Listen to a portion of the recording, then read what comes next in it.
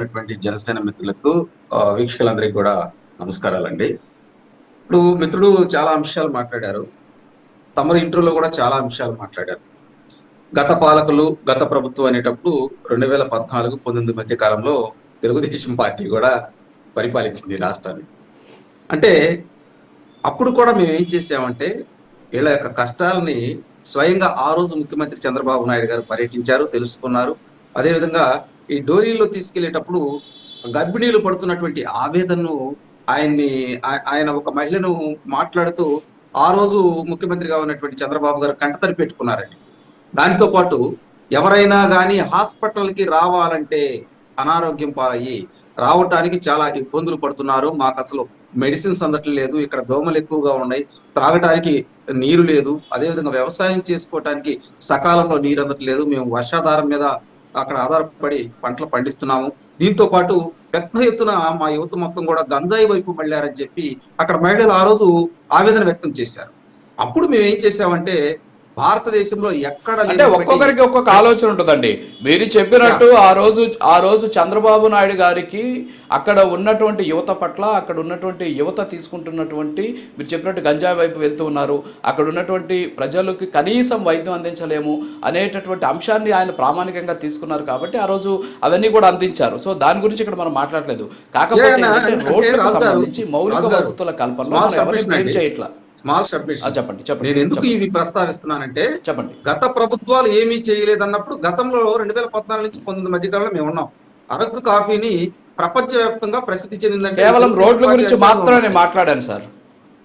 అదేనండి నేను చెప్పాలి, కేవలం రోడ్ల గురించి మాత్రమే మాట్లాడాను సార్. రాజు గారు ఆ బాధ్యత నా మీద ఉందని ఒకసారి రిమైండ్ చేస్తున్నా. అంటే గత పాలకులు అనేటప్పుడు గతంలో పరిపాలించినటువంటి 2014 ప్రేక్షకులు తెలుసుకోవాలి కదండి. నేను వస్తా పవన్ కళ్యాణ్ గారి విషయానికి వస్తాను, ఇప్పుడు ప్రభుత్వాలు ఏం చేయబోతున్న ఆ విషయానికి వస్తాను. ఎందుకంటే ఈ కనెక్టివిటీ ఉండాలి. నేను కూడా మా అభిమానులు ఎవరు ఉంటారు వాళ్ళకి తెలియచేయాలి కదా రాజు గారు. సో దీంతో పాటు ఏంటంటే మీకు ఐఎల్టీడీ అనేటువంటి దాన్ని బలోపేతం చేసాం అప్పుడు రాజు గారు. దాంతో పాటు మీరు ఒక విధంగా చెప్పాలంటే వైకాపా పార్టీ అధికారంలోకి వచ్చిన తర్వాత వీటన్నిటిని పక్కన నెట్టేశారండి. వాళ్ళ నాయకులు కొంతమంది అక్కడికి వెళ్ళి అక్కడ గిరిజన భూముల్ని అన్యాయంగా ఆక్రమించుకొని వాళ్ళ చేతే ఈ గంజాయి సాగు చేపించారండి. మేమేమో అక్కడ నిరక్షరాస్యతను ఏ విధంగా నిర్మూలించాలి, అక్కడ ఉన్నటువంటి ప్రజలకు మెరుగైన పరిపాలన ఏ విధంగా అందించాలి, అప్పుడున్నటువంటి మీకు ఎన్ఆర్జీఎస్ భాగంగా సీసీ రోడ్లు వేసామండి అక్కడ మేము. దాంతో పాటు లక్షల ఎల్ఈడి లైట్లు ఆ ప్రాంతంలో ఎల్ఈడి లైట్లు కాఫీ బోర్డు కూడా పెట్టారు. మీ ప్రభుత్వ హయాంలోనే కాఫీ బోర్డు కూడా వచ్చింది. ఇంకోటండి మీకు ఎవరికి తెలియదు, ఇంకోటి ఉంది. గ్రావిటీ మీద కొన్ని ప్రాంతాలని వాటర్ తీసుకెళ్ళాం మేము. దాన్ని సోలార్ సిస్టమ్ తో లింకప్ చేసాం. అప్పుడు ఉన్నటువంటి కేంద్ర ప్రభుత్వ సహాయ సహకారాలు తీసుకున్నాం. దాదాపు 12 రకాల సంక్షేమ పథకాలు తీసుకొచ్చామండి అప్పుడు కేంద్ర ప్రభుత్వం నొప్పించి. జగన్మోహన్ రెడ్డి గారు అధికారంలోకి వచ్చిన తర్వాత గిరిజనుల యొక్క సంక్షేమాన్ని గాలికి వదిలేశారు. మీకు విశాఖపట్నంలో ప్యాలెస్ అయితే 500 కోట్లతో కట్టాడండి, 9 కోట్లతో రోడ్డు వేయలేకపోయారా? ప్రతిసారి బయటకు వచ్చినప్పుడు నా ఎస్సీలు, నా బీసీలు, నా మైనారిటీలు ఒక తప్పుడు ఉపన్యాసాలు చేసేవాళ్ళు కదండి. ఇప్పుడు గిరిజన ప్రజల్లోకి వెళ్ళాలంటే జగన్మోహన్ రెడ్డి గారు ఆ పరదా పట్ల వెళ్ళలేదండి అక్కడ వాస్తవంగా. ఎందుకంటే ప్రాణభయం ఉంది, నక్సలైట్లు ఉండాలని చెప్పి ఆయన వెళ్ళాలి ఆ ప్రాంతానికి. మేమేమంటామంటే పవన్ కళ్యాణ్ గారు వెళ్ళినటువంటి అంశాన్ని మనం ప్రస్తావించేటప్పుడు ఆయన ఒకటే అన్నాడు, ప్రజల్లో తిరగాలి నాయకుడు అనేవాడు, ఏదో పరదాలు కట్టుకోను ఎక్కడెక్కడ ఉంటే కాదు, మీ బాధలు నాకు తెలియాలి అని చెప్పి మాట్లాడుతూ అక్కడ ఉన్నటువంటి స్థానికులతో మాట్లాడేటప్పుడు వాళ్ళు కొన్ని విషయాలు చెప్పారు.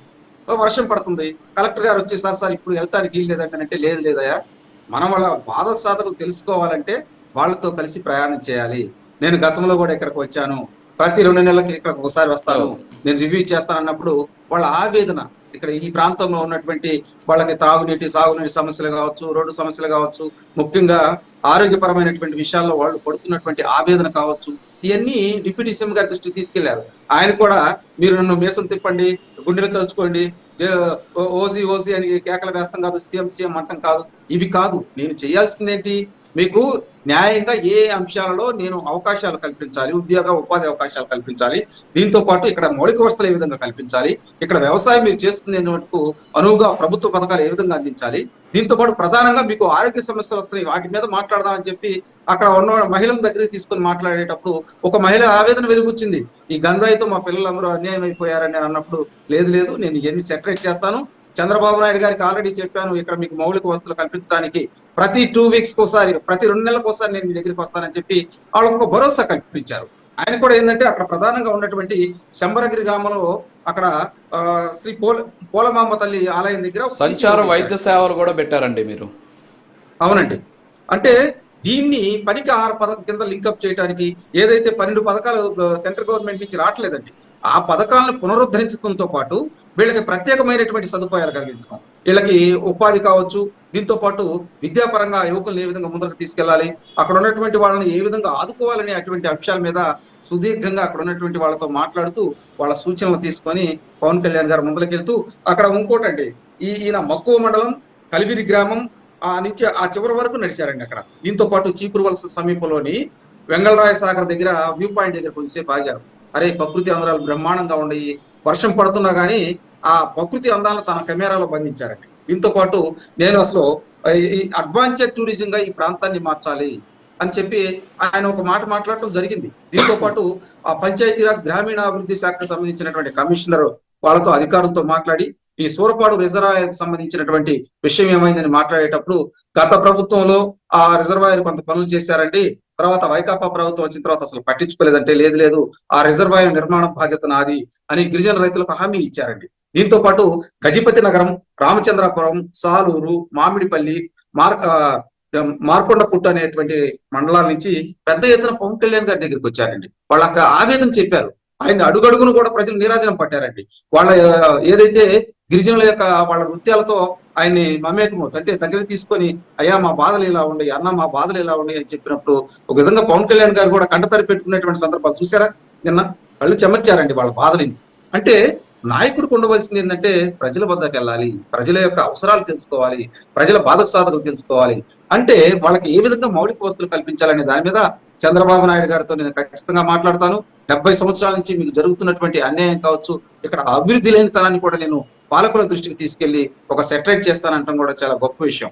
దీంతో పాటు ప్రధానంగా కొన్ని అంశాలు మనం మాట్లాడుకోవాలి. వైకాపా ప్రభుత్వం అధికారంలోకి వచ్చిన తర్వాత అండి అమాయకులైనటువంటి గిరిజన ప్రాంతంలో ఉన్నటువంటి యువకుల్ని బెదిరించి గంజాయి సాగు చేపించారండి. మేము చాలా సార్లు చెప్పాం, ఆ ప్రాంతం తెలుగుదేశం పార్టీ అధికారంలో ఉన్నప్పుడు 2014-19 మధ్య కాలంలో ప్రపంచవ్యాప్తంగా అరకు కాఫీకి ప్రసిద్ధి చెందిందండి. మేము అధికారంలోకి వచ్చినప్పుడు అప్పుడు కూడా రైతులు పిలిచి వాళ్ళకి మౌలిక వస్తువుల్లో భాగంగా మీరు రైతులు వేరే వేరే పంటలు వేసుకోవాలని చెప్పి వాళ్ళకి యాపిల్ తోటలో ఇంట్రడ్యూస్ చేసామండి. అప్పుడు మేము అక్కడి నుంచి యాపిల్ తోటలు కూడా ఉన్నాయి, దాంతో పాటు సుగంధ ద్రవ్యాలు పండిస్తూ ఉంటారు, అక్కడ కొన్ని ఆయుర్వేద ఉత్పత్తులు కూడా పండిస్తూ ఉంటారండి. అంటే అక్కడ రైతులకు అవగాహన కల్పించాం. దాంతో పాటు ఇప్పుడు పవన్ కళ్యాణ్ గారు తీసుకొచ్చేటువంటి అంశాలను కూడా ఇవన్నీ డిస్కషన్ చేసుకొని ఖచ్చితంగా ఆ ప్రాంత వాసులకు మెరుగైనటువంటి మౌలిక వసతులు కల్పించడంతో పాటు విద్యా ఉపాధి అవకాశాల కోసం ILTD అనేటువంటి ఆ సంస్థను అక్కడ బలోపేతం చేస్తామని చెబుతున్నాం రాజు గారు.